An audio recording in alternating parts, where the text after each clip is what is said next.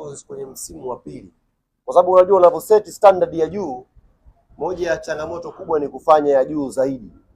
Kwa sisi msimu wa kwanza tu tukafanya kwa kiwango kikubwa.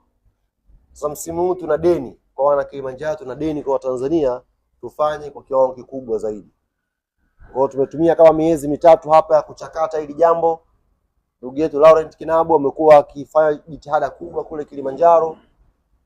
Tumshukuru pia mkuu wa mkoa wa Kilimanjaro, mzee wetu Nurdin Babu, amekuwa support na sisi kwa 100% kwenye kila hatua kuhakikisha akili icons zinazidi kuwa bora.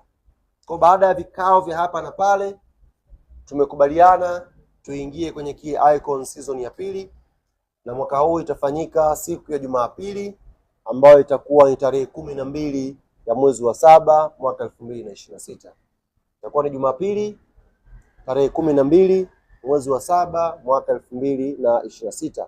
Ndio itakuwa tarehe ambayo tutafanya akili icons kwa msimu wa pili. Msimu huu tumejaribu kuboresha tamasha letu. Tunaamini mawazo ambayo tumeyaweka ndani ya tamasha yatakuwa na mvuto na yataongeza chachu ya tamasha hili kupata wahudhuriaji wengi zaidi na kuacha impact kubwa kwa jamii ambayo inatuzunguka. Kwa msimu huu tutakuwa na activities mbalimbali. Tunaruhusu niziseme tu Sawa. Na nyinyi mtajazia nyama baadaye kidogo. Msimu huu wa pili